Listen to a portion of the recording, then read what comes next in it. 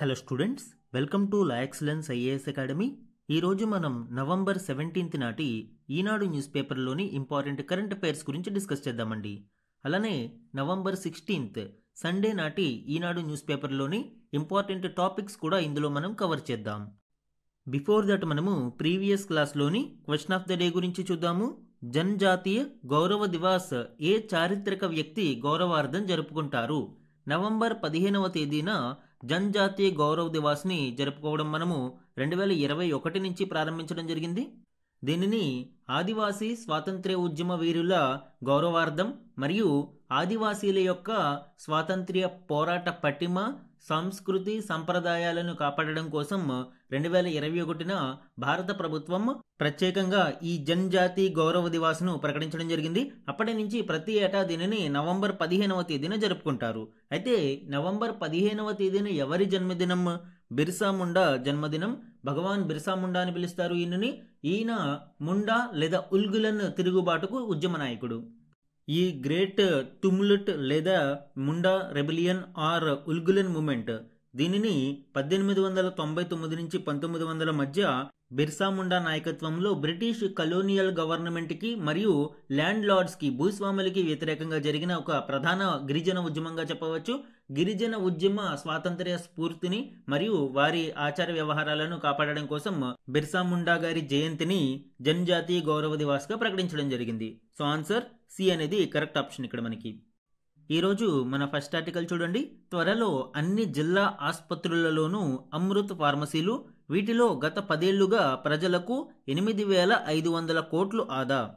ఈ ఆర్టికల్ జన్ ఔషధి మరియు అమృత్ పథకాలను ప్రకటించి 10 సంవత్సరాలు పూర్తయిన నేపథ్యంలో ఈ అమృత్ ఫార్మసీలకు సంబంధించిన ఇంపార్టెంట్ డీటెయిల్స్ని ఇవ్వడం జరిగింది. ఇందులోని కీ పాయింట్స్ ఇప్పుడు చూద్దాం. దేశంలోని అమృత్ ఫార్మసీలు ఇంతవరకు 17,000 కోట్ల విలువైన ఔషధాలను 50 నుంచి 90% తక్కువ ధరలకు విక్రయించాయి అని కేంద్ర ఆరోగ్య శాఖ మంత్రి వెల్లడించారు. దీనివలన సుమారు 6.85 కోట్ల మంది రోగులకు 8,500 కోట్ల మేర డబ్బు ఆదా అయింది అని ఆయన తెలిపారు. 2014లో ప్రధాని మోదీ ప్రభుత్వం ప్రజలకు అందుబాటు ధరలపై ప్రాణరక్షక ఔషధాలు, పరికరాలు అందించడానికి జన ఔషధి, అమృత్ పథకాలను ప్రకటించింది అని నడ్డా తెలిపారు. ఢిల్లీలోని ఎయిమ్స్లో 2015లో మొట్టమొదటి అమృత్ దుకాణం ప్రారంభమైంది. సో ఫస్ట్ అమృత్ ఫార్మసీ ఎక్కడ ప్రారంభమైంది? ఢిల్లీలోని ఎయిమ్స్లో. అండ్ ప్రస్తుతం 24 రాష్ట్రాలు మరియు కేంద్రపాలిత ప్రాంతాలలో మొత్తం 255 అమృత్ ఫార్మసీలు ఉన్నాయి. అండ్ ఫ్యూచర్ టార్గెట్గా 500 అమృత్ ఫార్మసీలను ఏర్పాటు చేయాలని లక్ష్యంగా పెట్టుకున్నారు. ఈ అమృత్ ఫార్మసీస్కి సంబంధించి డీటెయిల్డ్ డిస్కషన్ మనము ఎగ్జామ్ పాయింట్ ఆఫ్ వ్యూలో చూద్దాము అండి. Amrit affordable health care for all. దీనిలో భాగంగా మెడిసిన్స్ మరియు మెడికల్ ఇంప్లాంట్స్ మీద డిస్కౌంట్ని కేటాయిస్తారు. ఎంతవరకు? 50 నుంచి 90% డిస్కౌంట్ అనేది లభిస్తుంది. దీనిని 2015లో ministry of health and family welfare launch చేయడం జరిగింది. దీనిని ఇంప్లిమెంట్ చేస్తున్న ఏజెన్సీ ఏది? HLL life care limited. ఇది ఒక central public sector entity under ministry of health and family welfare. దీని యొక్క ప్రధాన లక్ష్యం ఏంటి? Accessible and affordable quality medicines, surgical implants and critical care products, especially for low income and high burden patients. ముఖ్యంగా భారతదేశంలో out of pocket expenditure health care మీద ఎక్కువ అవుతున్న నేపథ్యంలో రోగులకు క్వాలిటీ మెడిసిన్ మరియు సర్జికల్ ఇంప్లాంట్స్ని అందించడంలో ఈ అమృత్ ఫార్మసీలు కీలక పాత్ర పోషించాయి. తద్వారా 8,500 కోట్ల రూపాయలు పేషెంట్లకు ఆదా అయ్యాయని నడ్డా గారు వెల్లడించారు. ఈ స్కీమ్కి సంబంధించి ఈ అమృత్ ఫార్మసీ యొక్క కీ ఫీచర్స్ని మనం చూస్తే పాన్ ఇండియా నెట్వర్క్ని కలిగి ఉంది. సుమారు 255 అవుట్లెట్లు ఇందులో ఉన్నాయి. టార్గెట్ వచ్చి మనకి భవిష్యత్తులో 500 టార్గెట్ అనేది ఇక్కడ పెట్టుకోవడం జరిగింది. ముఖ్యంగా డీప్ డిస్కౌంట్స్ అనేవి ఇక్కడ కేటాయిస్తూ ఉంటారు. ఎసెన్షియల్ మెడిసిన్స్లో కావచ్చు, అంకాలజీ మెడిసిన్స్లో కావచ్చు, అలానే కార్డియాక్ ఇంప్లాంట్స్ అంటే హృదయ సంబంధిత స్టెంట్స్ ఇలాంటి వాటికి ఇక్కడ చాలా తక్కువ ఖర్చులో ఇస్తారు. అండ్ సర్జికల్ ఇంప్లాంట్స్ కావచ్చు, ఇవన్నీ కూడా డీప్ డిస్కౌంట్స్లో అందించడం జరుగుతుంది. అండ్ హై రీచ్, సుమారు ఈ 10 సంవత్సరాలలో 85 కోట్ల మంది పేషెంట్స్ దీని వలన లబ్ధి పొందారు అని గణాంకాలు వెల్లడిస్తున్నాయి.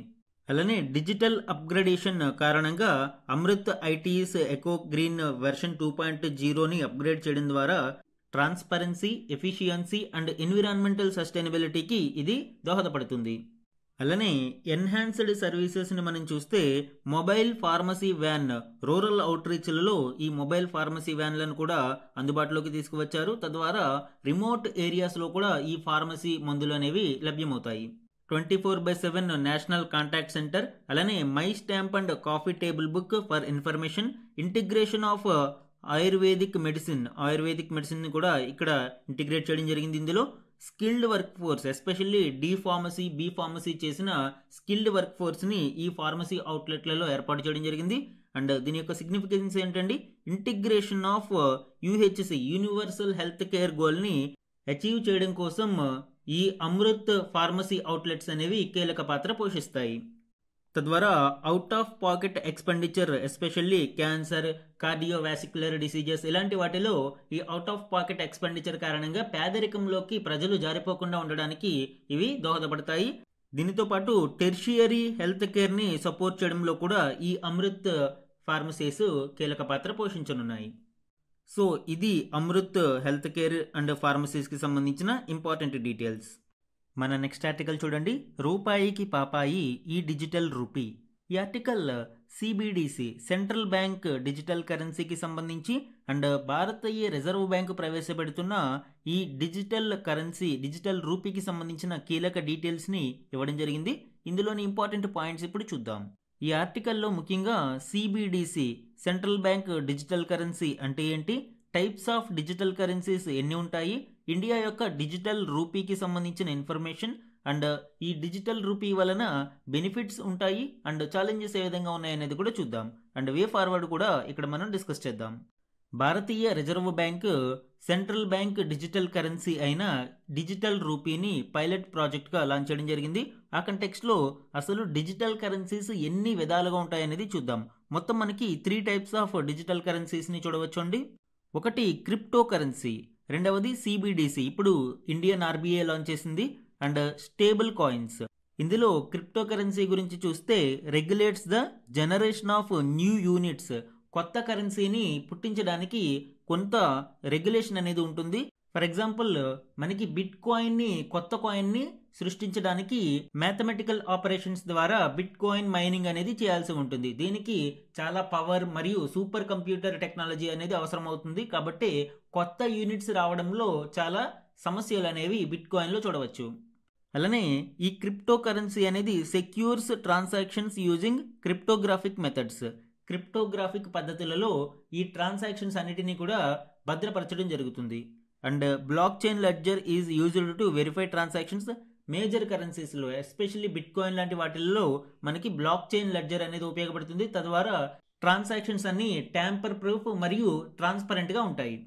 మేజర్ పాయింట్ మనకి ఇక్కడ కంట్రోల్ అనేది డీసెంట్రలైజ్డ్, ఏ వ్యక్తి చేతులలో కానీ ఏ కేంద్ర బ్యాంకు ఆధీనంలో కానీ ఈ క్రిప్టో కరెన్సీస్ అనేవి ఉండవు. ఇవి కంప్లీట్లీ డీసెంట్రలైజ్డ్ కాబట్టి దీనిని డీసెంట్రలైజ్డ్ కరెన్సీ అని పిలుస్తాము. Example bit coin. ఇంకా మన major topic CBDC, central bank digital currency. ఇది మనకి రెగ్యులర్ ఫియట్ కరెన్సీ లేదా లీగల్ టెండర్ మనీ యొక్క డిజిటల్ రూపంగా చెప్పవచ్చు. Digital version of flat currencies issued by central banks. అంటే మనకి రిజర్వ్ బ్యాంక్ ఆఫ్ ఇండియా 100 రూపాయల నోట్ ఇచ్చింది. సో 100 రూపాయల నోటు యొక్క డిజిటల్ రూపమే మనము డిజిటల్ కరెన్సీ, డిజిటల్ రూపీగా చెప్తాం. Maintains the reliability and security of traditional currencies. అంటే ఇక్కడ కేంద్ర బ్యాంకు ఆధీనంలోనే ఈ డిజిటల్ రూపీ అనేది పనిచేస్తూ ఉంటుంది. ఈ డిజిటల్ కరెన్సీస్ అనేవి పనిచేస్తూ ఉంటాయి. దానివలన ఏం చేస్తుంది, రిలయబిలిటీ అనేది పెరుగుతుంది. At the same time traditional currency యొక్క సెక్యూరిటీ అనేది మనము పెంచడానికి అవకాశం ఉంటుంది. ట్రాన్సాక్షన్స్లో ట్రాన్స్పరెన్సీ పెరుగుతుంది. అలానే బ్లాక్ మనీ లాంటి వాటిని అరికట్టడానికి కూడా ఆస్కారం ఉంటుంది. కంట్రోల్ సెంట్రలైజ్డ్, నార్మల్ కరెన్సీలానే కేంద్ర బ్యాంక్ ఆధీనంలోనే ఇవి ఉంటాయి. And example digital rupee India launch చేసింది. Next one stable coins. ఈ స్టేబుల్ కాయిన్స్ పదంలోనే ఉంది. ఇది డిజిటల్ వెర్షన్, కాకపోతే ఆల్రెడీ ఉన్న అసెట్స్కి బ్యాకప్గా దీనిని కరెన్సీ యొక్క స్టెబిలిటీని మెయింటైన్ చేయడం కోసం దీనిని తీసుకురావడం జరిగింది. typically backed by underlying assets reserves or by algorithms that modify the supply based on market demand. Designed to have a constant value, stable వాల్యూని తీసుకురావడం కోసం దీనిని ఈ స్టేబుల్ కాయిన్స్ని లాంచ్ చేశారు. ఇక్కడ కంట్రోల్ ఏ విధంగా ఉంటుంది? బోత్ సెంట్రలైజ్డ్ ఆర్ హైబ్రిడ్, రెండు విధాలుగానే ఉండొచ్చు. ఖచ్చితంగా సెంట్రలైజ్డ్ ఉండొచ్చు, లేదా సెంట్రలైజ్డ్తో పాటు కొంత డీసెంట్రలైజ్డ్ వెర్షన్ కూడా ఉండవచ్చు. Example Tether. సో ఇలాగ మనము 3 టైప్స్ ఆఫ్ డిజిటల్ కరెన్సీస్ని చూడవచ్చు. Okay, coming to our topic digital rupee. ఈ డిజిటల్ రూపాయి అంటే ఏంటి? రిజర్వ్ బ్యాంక్ ఆఫ్ ఇండియా జారీ చేసే డిజిటల్ రూపాయి అనేది ఎలక్ట్రానిక్ రూపంలో ఉండే కరెన్సీ. మనం వాడే భౌతిక నోట్లకు ఇది ప్రత్యామ్నాయం. వాడటానికి సౌకర్యంగా, సురక్షితంగా, బ్యాంకు హామీతో ఉండే డిజిటల్ నగదు. ఈ పాయింట్ ఇంపార్టెంట్. ఇది సెంట్రలైజ్డ్ బ్యాంక్ యొక్క ఆధీనంలోనే అమలులో ఉంటుంది. మామూలు డబ్బుల మాదిరిగానే ఇది పనిచేస్తుంది, అంటే లీగల్ టెండర్ మాదిరిగానే ఇది ఉంటుంది. రిజర్వ్ బ్యాంకు చట్టం 1934 ప్రకారం ఇది చట్టబద్ధంగా చెల్లుబాటు అయ్యే మనీ, అంటే లీగల్ టెండర్ మనీ అంటాం దీనిని. ఇప్పుడు బిట్ కాయిన్ కూడా మనకి ట్రాన్సాక్షన్స్కి ఉపయోగపడుతుంది, కానీ అది చట్టబద్ధమైన ట్రాన్సాక్షన్ అంటే కాదు అండి, ఎందుకంటే అది లీగల్ టెండర్ మనీ కాదు భారతదేశంలో. అయితే దీని అవసరం ఏంటి? ఎందుకు దీన్ని తీసుకురావాల్సి వచ్చింది? దేశంలో డిజిటల్ లావాదేవీలను పెంచడంతో పాటు భౌతిక కరెన్సీ నిర్వహణకు అయ్యే ఖర్చును తగ్గించుకోవడంలో భాగంగా ఆర్బీఐ డిజిటల్ రూపాయిని తీసుకువచ్చింది. మనము కాయిన్స్ కానీ కరెన్సీ నోట్లు కానీ ప్రింట్ చేయడానికి కొంత నిర్వహణ ఖర్చు అనేది ఉంటుంది. సో ఆ నిర్వహణ ఖర్చు బాధ్యతలను తగ్గించడం కోసం అండ్ డిజిటల్ లావాదేవీలను పెంచడం కోసం ఈ డిజిటల్ రూపాయిని తీసుకురావడం జరిగింది. ఇది ఏ విధంగా ఉంటుంది అనేది చూస్తే ఇక్కడ 2 టైప్స్ ఆఫ్ డిజిటల్ రూపీస్ని చూడవచ్చు. ఒకటి టోకెన్ బేస్డ్ డిజిటల్ రూపీ, రెండవది account based digital rupee. Token based digital rupee అంటే ఇది నార్మల్ కరెన్సీ నోట్ లాంటిదే అండి. ఎవరి దగ్గర అయితే ఉంటుందో వారే దీనికి యజమానులు. అంటే నా దగ్గర ఇప్పుడు 100 రూపాయల నోటు ఉందనుకోండి, ఆ 100 రూపాయల నోటు నాకు సంబంధించినదే. దానినే మనము అలాగే సేమ్ 100 రూపీస్ డిజిటల్ రూపీ ఉందనుకోండి, దానిని టోకెన్ బేస్డ్ డిజిటల్ రూపీ అంటారు. రెండవది అకౌంట్ బేస్డ్ డిజిటల్ రూపీ. దీనిని ఎంపిక చేసిన సంస్థలు మాత్రమే వాడడానికి అనుమతి ఉంటుంది. అంటే ఆ అకౌంట్ ఎవరి పేరు మీద ఉందో వారికి మాత్రమే అది చెంది ఉంటుంది. ఈ డిజిటల్ రూపీని ఎక్కడ నిల్వ చేస్తారు? ఈ వ్యాలెట్లో నిర్వహించడానికి అండ్ నిల్వ చేసుకోవడానికి ఉంటుంది. గూగుల్ ప్లే స్టోర్ నుంచి కానీ యాప్ స్టోర్ నుంచి కానీ డౌన్లోడ్ చేసుకోవచ్చు. సిబిడిసి క్యూఆర్ కోడ్ కానీ యూపీఐ క్యూఆర్ కోడ్ కానీ స్కాన్ చేసి ట్రాన్సాక్షన్స్ అనేవి చెల్లించవచ్చు. ప్రస్తుతం ఏ బ్యాంకులు ఈ సేవలను అందిస్తున్నాయి అంటే SBI, ICICI bank, IDFC first bank, yes bank, HDFC bank, union bank of India, bank of Baroda, Kotak Mahindra bank, Canara bank, Axis bank, IndusInd bank, PNB అంటే Punjab national bank, federal bank, Karnataka bank, Indian బ్యాంకులు ఈ సేవలను అందిస్తున్నాయి. వీటికి అనుబంధ ఈ యాప్లను ప్లే స్టోర్ నుంచి డౌన్లోడ్ చేసుకోవచ్చు. ఎవరు ప్రస్తుతం వాడడానికి ఇది అవైలబుల్గా ఉంది అంటే ప్రస్తుతం పైలట్ ప్రాజెక్టులో భాగంగా ఎంపికైన బ్యాంకుల వినియోగదారులు, వ్యాపారులు వాడవచ్చు. ఆయా బ్యాంకుల యాప్లు డౌన్లోడ్ చేసుకుని రిజిస్టర్ చేసుకోవాలి. సమస్యలు వస్తే కస్టమర్ కేర్ ద్వారా ఫిర్యాదులను పరిష్కరించుకోవచ్చు. అసలు ఈ డిజిటల్ రూపీని ఎలా సృష్టిస్తారు? దీనిని పేపర్ కరెన్సీలానే ఆర్బీఐ సృష్టిస్తుంది. ఎలక్ట్రానిక్ రూపంలోని ఈ రూపీని బ్యాంకులు ఇతర అనుమతి పొందిన ఇతర సంస్థలకు పంపుతుంది. అవి వినియోగదారులకు వ్యాలెట్ రూపంలో అందిస్తాయి. నార్మల్ రెగ్యులర్ కరెన్సీ ఏ విధంగా అయితే రిజర్వ్ బ్యాంక్ ఆఫ్ ఇండియా సృష్టిస్తుందో సేమ్ అదే ప్రాసెస్ మనకి డిజిటల్ రూపీకి కూడా సృష్టించడం జరుగుతుంది. తద్వారా బ్యాంకులకు ఇవి పంపించడం జరుగుతుంది. అండ్ డిజిటల్ రూపీ వాడడానికి సేవింగ్స్ అకౌంట్ అవసరమా అంటే ప్రస్తుతానికి ఇక్కడ సేవింగ్స్ అకౌంట్ అనేది తప్పనిసరి చేశారు. అయితే భవిష్యత్తులో ఇది మారే అవకాశం ఉంది. అండ్ వన్ ఇంపార్టెంట్ పాయింట్ ఏంటి అంటే ఈ రూపీ వలన అంటే ఈ డిజిటల్ రూపీ వలన ఆ అకౌంట్లో ఉన్న వాటికి వడ్డీ వస్తుందా అంటే ఇది మనకి నార్మల్ కరెన్సీ లాగా మీ జేబులో ఉన్న డబ్బులకి ఏ విధంగా అయితే వడ్డీ రాదో ఈ డిజిటల్ రూపీ వ్యాలెట్లో ఉన్న డిజిటల్ రూపీలకు కూడా ఏ విధమైన వడ్డీ అనేది చెల్లించబడదు. సో ఈ వ్యాలెట్లోని డబ్బుపై ఎలాంటి వడ్డీ రాదు. ఇది ఎగ్జామ్ పాయింట్ ఆఫ్ వ్యూలో ఇలాంటివి కొంచెం కన్ఫ్యూజ్ అయ్యే అవకాశం ఉంటుంది మనకి. దీనిని ఎలా ఉపయోగిస్తారు? ఈ రూపీ వ్యాలెట్ను యాప్ నుండి డౌన్లోడ్ చేసుకుని తమ బ్యాంకు ఖాతా నుంచి నగదును వ్యాలెట్లోకి బదిలీ చేసుకుంటారు. ఏ డినామినేషన్లో ఎన్ని కావాలో నిర్ణయించుకునే స్వేచ్ఛ కూడా ఉంటుంది. అంటే 100 రూపాయల నోట్లు ఇన్ని కావాలి, 10 రూపాయల నోట్లు ఇన్ని కావాలి, 20 రూపాయల నోట్లు ఇన్ని కావాలి. సో ఇలాగా డినామినేషన్స్ అనేవి ఇవ్వడం జరుగుతుంది. అండ్ డబ్బును వ్యాలెట్లో లోడ్ చేసుకోవచ్చు. భౌతికంగా వినియోగంలో ఉన్న అన్ని రకాల డినామినేషన్కు సమానమైన ఈ రూపీలు వ్యాలెట్లో అందుబాటులో ఉంటాయి. అండ్ వ్యక్తుల మధ్య ఈ సిబిడిసి బదిలీ చేసుకోవాలనుకుంటే అవతలి వ్యక్తికి కూడా ఈ రూపీ వ్యాలెట్ ఉండాలి. అయితే వర్తకులకు మాత్రం ఈ రూపీని చెల్లించాలనుకున్నప్పుడు క్యూఆర్ కోడ్ను స్కాన్ చేసుకునే విధానంలో మనం చెల్లించవచ్చు. అలానే ఇలాంటి విధానం వేరే దేశాలలో ఉందా అంటే ఇప్పటికే బహమాస్, జమైకా, నైజీరియా లాంటి దేశాలు పూర్తి స్థాయిలో ఈ సిబిడిసిని తీసుకురావడం జరిగింది. అండ్ భారత్, ఇండోనేషియా మరియు చైనా దేశాలలో ఇది పైలట్ ప్రాజెక్టుగా ఇటీవలే ప్రారంభమైంది. కాబట్టి ఇది సెంట్రల్ బ్యాంక్ డిజిటల్ కరెన్సీకి సంబంధించిన కీలక ఇన్ఫర్మేషన్ అండి. అండ్ భవిష్యత్తులో ఈ సిబిడిసిఏ ఎక్కువ ప్రత్యామ్నాయంగా అమలులోకి రానుంది. మన నెక్స్ట్ ఆర్టికల్ చూడండి. సింథటిక్ గ్యాస్ ఉత్పత్తిలోకి ఎన్టీపీసీ. మనకి సింథటిక్ గ్యాస్ అనేది కోల్ గ్యాసిఫికేషన్ ప్రక్రియలో లభిస్తుంది. బొగ్గును గ్యాస్గా మార్చే ఈ గ్యాసిఫికేషన్ వ్యాపారంలోకి అడుగుపెట్టేందుకు ప్రభుత్వ రంగ ఇంధన సంస్థ దిగ్గజం ఎన్టీపీసీ ఉన్నట్లు తెలుస్తుంది. సింథటిక్ గ్యాస్గా పేర్కొనే దీన్ని రాబోయే 3-4 ఏళ్లలో ఏటా 5 నుంచి 10 మిలియన్ టన్నుల మేర ఉత్పత్తి చేయాలి అని భావిస్తున్నట్లు సమాచారం. ఎన్టీపీసీ విద్యుత్ ఉత్పత్తి కోసం తన సొంత గనుల నుంచి వెలికితీసిన బొగ్గునే వాడుతూ ఉంటుంది. ఇప్పుడు ఈ బొగ్గునే సింథటిక్ గ్యాస్ ఉత్పత్తికి కూడా వాడాలి అని భావిస్తున్నట్లు సమాచారం. బొగ్గును గ్యాస్గా మార్చే ప్రాజెక్టులకు 8,500 కోట్ల విలువైన ప్రోత్సాహకాలను అందించే ప్రణాళికకు 2024లో కేంద్ర ప్రభుత్వం ఆమోదం తెలిపింది. కాబట్టి దీనిని అందిపుచ్చుకోవడం కోసం ఏదైతే ఈ ఫైనాన్షియల్ ఇన్సెంటివ్ స్కీమ్ ఉందో కోల్ గ్యాసిఫికేషన్ ప్రక్రియ కోసం, సో ఆ స్కీమ్లో భాగంగా ఇప్పుడు ఎన్టీపీసీ కోల్ గ్యాసిఫికేషన్ ద్వారా సింథటిక్ గ్యాస్ను ప్రొడ్యూస్ చేయాలని భావిస్తుంది. ఈ ఫైనాన్షియల్ ఇన్సెంటివ్ స్కీమ్ గురించి ఇప్పుడు చూద్దామండి. దీనిని 2024లో లాంచ్ చేశారు. దీనికి మొత్తం 8,500 కోట్ల బడ్జెట్ను కేటాయించారు. దీని యొక్క ప్రధాన ఉద్దేశం ఏంటి? Encourage private and public sector in clean energy, especially coal gasification ప్రక్రియలో. ఇంప్లిమెంటేషన్ మినిస్ట్రీ చూడండి, మినిస్ట్రీ ఆఫ్ కోల్ ఇక్కడ ఇంప్లిమెంటేషన్ మినిస్ట్రీ. అండ్ ఎయిమ్ వచ్చి encourage private and public sector coal gasification projects. అలానే దీని టార్గెట్ చూడండి, 100 మిలియన్ టన్స్ గ్యాసిఫికేషన్ బై 2030. ఇది national coal gasification స్కీమ్లో భాగంగా ఈ లక్ష్యాన్ని నిర్ధారించుకోవడం జరిగింది. ఈ కోల్ గ్యాసిఫికేషన్ ప్రక్రియకి సంబంధించి డీటెయిల్స్ చూస్తే, ఈ కోల్ గ్యాసిఫికేషన్ అనేది ఒక గ్యాసిఫైయర్లో కోల్ మరియు ఆక్సిజన్ అండ్ స్టీమ్ డైరెక్ట్ కాంటాక్ట్లోకి తీసుకురావడం జరుగుతుంది.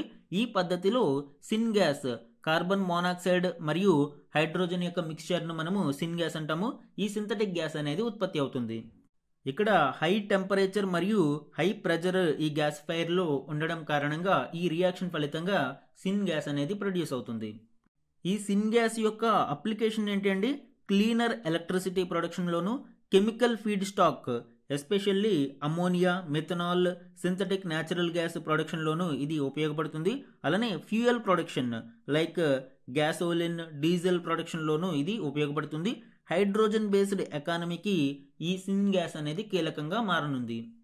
ఓకే, అంత బాగానే ఉంది. మరి ఎందుకు ప్రభుత్వం ఇంకా దీని మీద సరి అయిన ప్రణాళికకు ముందుకు సాగడం లేదు అంటే, దీనిలో అనేక ఛాలెంజెస్ కూడా ఉన్నాయి. Especially coal availability. భారతదేశంలో లభించే బొగ్గు మనకి ఈ కోల్ గ్యాసిఫికేషన్ కోసం అంత సూటబుల్ కాదు. ఎందుకంటే మన దేశంలో లభించే బొగ్గులో ఎక్కువగా హై యాష్ కంటెంట్ అనేది ఉంటుంది. తద్వారా ఈ కోల్ గ్యాసిఫికేషన్కి కూడా మనము దిగుమతుల మీద ఆధారపడాల్సి ఉంది. అలానే కన్వర్షన్ టెక్నాలజీ. మనకి ఈ కోల్ గ్యాసిఫికేషన్ కోసం అవసరమయ్యే టెక్నాలజీ పూర్తి స్థాయిలో ఇంకా అభివృద్ధి చెందలేదు. భారతదేశంలో ఇంకా ఎఫెక్టివ్గా మనము దీనిని అభివృద్ధి చేయలేకపోయాం. And capital requirements. ఈ కన్వర్షన్ టెక్నాలజీకి మరియు ఈ కోల్ గ్యాసిఫికేషన్ ప్రక్రియకు చాలా క్యాపిటల్ రిక్వైర్మెంట్ అనేది ఎక్కువగా ఉంటుంది. And lack of expertise. ఇందులో మనం ఇంకా ప్రావీణ్యత సంపాదించలేకపోయాము. కాబట్టి ఇవన్నీ కూడా మేజర్ ఛాలెంజెస్గా చెప్పవచ్చు. ఇప్పుడు ఈ ఛాలెంజెస్ అన్నిటినీ అధిగమించడానికి మరియు ప్రభుత్వం అందించే ప్రోత్సాహకాలను అందిపుచ్చుకోవడం కోసం ఎన్టీపీసీ తొలి అడుగు వేయనుంది. ఇలా ఉత్పత్తి చేసిన గ్యాస్ను ఎరువులు, పెట్రో రసాయనాల ప్రాజెక్టులకు వాడతారు. 2030 కల్లా బొగ్గు నుంచి 100 మిలియన్ టన్నుల గ్యాస్ ఉత్పత్తి చేయాలనేది ప్రభుత్వ లక్ష్యం. ఇందాక చెప్పుకున్నాం మనము నేషనల్ కోల్ గ్యాసిఫికేషన్ మిషన్కి సంబంధించి. సో దానిని అందిపుచ్చుకోవడానికి ఇప్పుడు ఎన్టీపీసీ ప్రయత్నిస్తుంది. సో ఇది కోల్ గ్యాసిఫికేషన్ ప్రక్రియకి సంబంధించి మరియు ఎన్టీపీసీ సింథటిక్ గ్యాస్ ఉత్పత్తిలోకి అడుగుపెట్టడానికి సంబంధించిన కీలక డీటెయిల్స్. మన నెక్స్ట్ ఆర్టికల్ చూడండి, పురుగు మందుల గుమ్మరింత. ఈ ఆర్టికల్ ప్రపంచవ్యాప్తంగా వివిధ దేశాలు ఇన్ఫెక్టిసైడ్స్ మరియు పెస్టిసైడ్స్ని 2022లో ఎంత మొత్తంగా వినియోగించారు, ఎన్ని లక్షల టన్నులు వినియోగించారు అనే కీలక డేటాను FAO food and agriculture organization UN యొక్క ఏజెన్సీ. సో ఈ ఏజెన్సీ యొక్క నివేదిక 2024 నివేదిక ప్రకారం అందించడం జరిగింది. ఇందులోని కీలక డీటెయిల్స్ ఇప్పుడు చూద్దాం. అధిక దిగుబడులు ఆశించి రైతులు పంట భూముల్లో భారీగా కీటకనాశనులు చల్లుతూ ఉన్నారు. వాటికి సంబంధించిన అవశేషాలు పంట ఉత్పత్తుల్లో మిగిలిపోతూ ఉండడంతో మనుషుల్లో క్యాన్సర్లు, నరాల పునరుత్పత్తి సంబంధిత సమస్యలు తలెత్తుతున్నాయి. మనకి బయో మ్యాగ్నిఫికేషన్, బయో ఆగ్మెంటేషన్ అనే కాన్సెప్ట్లు ఉంటూ ఉంటాయి. సో ఈ అవశేషాలు తిరిగి ఎవరికి చేరుతున్నాయి? డిఫరెంట్ ట్రాపిక్ లెవెల్స్ని దాటి ఫుడ్ వెబ్ ద్వారా ఇది తిరిగి మన శరీరంలోనే చేరుతూ ఉన్నాయి. అంతేకాకుండా ఈ పురుగు మందుల విపరీత వాడకం వలన గాలి, నీరు, నేల విషపూరితమవుతూ ఉన్నాయి. పర్యావరణానికి ఇవి తీవ్ర నష్టం కలిగిస్తూ ఉన్నాయి. 2022లో పలు దేశాలు మొత్తం కీటకనాశనుల వినియోగం ఎంతవరకు ఉంది అంటే బ్రెజిల్లో 8 లక్షల టన్నుల పెస్టిసైడ్స్ని వినియోగించారు. అమెరికాలో 4.67 లక్షల టన్నులు, చైనాలో 2.24 లక్షల టన్నులు, కెనడా, రష్యాలలో 0.97 లక్షల టన్నులు, అండ్ ఆస్ట్రేలియాలో 0.59 లక్షల టన్నులు, అండ్ ఇండియాలో 0.40 లక్షల టన్నులు, పాకిస్తాన్లో 0.26 లక్షల టన్నులు, శ్రీలంకలో 0.02 లక్షల టన్నులు. ఎందుకంటే యాక్చువల్గా శ్రీలంక ఇటీవల కొంత న్యాచురల్ ఫార్మింగ్, ఆర్గానిక్ ఫార్మింగ్ వైపు మొగ్గు చూపింది. తద్వారానే అక్కడ కొంత పొలిటికల్ టర్మాయిల్ కూడా సిచ్యువేషన్ ఏర్పడింది. అండ్ శ్రీలంక చాలా తక్కువగా వినియోగిస్తూ ఉంది. భారతదేశం 0.40 లక్షల టన్నులను మనం చూడవచ్చు. And important one liner current అఫైర్స్ని చూడండి. Renowned environmentalist and Padma Shri awardee Saalumarada Thimmakka passed away at the age of 114 on 14th November 2025 in Bengaluru. వృక్షమాతగా ఈవిడిని పిలుస్తూ ఉంటాము, తిమ్మక్క. సో సాలుమారద తిమ్మక్క గారు మరణించడం జరిగింది. ఆవిడ 1911 జూన్ 30వ తేదీన జన్మించారు. Thimmakka rose to national prominence for her decades long commitment to greening rural Karnataka. Karnataka, గ్రామీణ కర్ణాటకలోని ప్రాంతాలలో ఈ వృక్షాలను పెంచడం ద్వారా ఆవిడ జాతీయ స్థాయి గుర్తింపును సాధించగలిగారు. She gained national and international recognition for planting 385 banyan trees along a 4.5 km stretch between Hulikal and Kudur in the Ramanagara district. And ఆవిడ వెరీ రీసెంట్గా మరణించడం జరిగింది. సో పర్సనల్ న్యూస్లో ఇలాంటివి ఇంపార్టెంట్ అండి. పద్మశ్రీ అవార్డుని పొందారు, వృక్షమాతగా ఈవిడ ప్రసిద్ధి. నెక్స్ట్ ఇంపార్టెంట్ వన్, కబుర్ల దేవత పుస్తక రచయిత డాక్టర్ గంగిశెట్టి శివకుమార్కు కేంద్ర సాహిత్య అకాడమీ అధ్యక్షుడు మాధవ్ కౌశిక్ బాల సాహిత్య పురస్కారాన్ని ప్రదానం చేశారు. 2025 సంవత్సరానికి బాల సాహిత్య పురస్కారానికి ఎంపికైన వివిధ భారతీయ భాషలకు చెందిన 24 మంది రచయితలకు అవార్డుతో పాటు 50,000 నగదు బహుమతి, తామ్రపత్రం అందించి సత్కరించారు. నెక్స్ట్ ఇంపార్టెంట్ వన్, ప్రభుత్వ ఉద్యోగాల్లో ట్రాన్స్జెండర్లకు రిజర్వేషన్లు కల్పించాలి అని రాష్ట్ర ప్రభుత్వాన్ని ఆదేశిస్తూ ఏపీ హైకోర్టు 2025 నవంబర్ 14న కీలక తీర్పు ఇచ్చింది. తీర్పు ప్రతి అందిన 6 నెలలలో ఈ ప్రక్రియను పూర్తి చేయాలి అని స్పష్టం చేసింది. అలానే ఎవరైతే పిటిషనర్ ఉన్నారో ఈ కేసుకు సంబంధించి అతనికి స్కూల్ అసిస్టెంట్ పోస్టులో నియమించే వ్యవహారాన్ని పరిగణలోకి తీసుకోవాలి అని పేర్కొంది. సో ఇప్పుడు ట్రాన్స్జెండర్లకు కూడా రిజర్వేషన్లను కల్పించాలి అని ఆంధ్రప్రదేశ్ హైకోర్టు ఆదేశించడం చూడవచ్చు. ఈరోజు మన క్వశ్చన్ ఆఫ్ ద డే గురించి చూడండి. డిజిటల్ రూపాయి గురించి ఈ క్రింది ప్రకటనలను పరిగణించండి. ఈరోజు క్లాస్లో మనము డిజిటల్ రూపాయి గురించి డీటెయిల్గా డిస్కస్ చేయడం జరిగింది. ఆ కంటెక్స్ట్లో 2 స్టేట్మెంట్స్ని ఇచ్చానండి. ఇందులో కరెక్ట్ స్టేట్మెంట్ని ఐడెంటిఫై చేసి ఆన్సర్ని కమెంట్ సెక్షన్లో కమెంట్ చేయండి.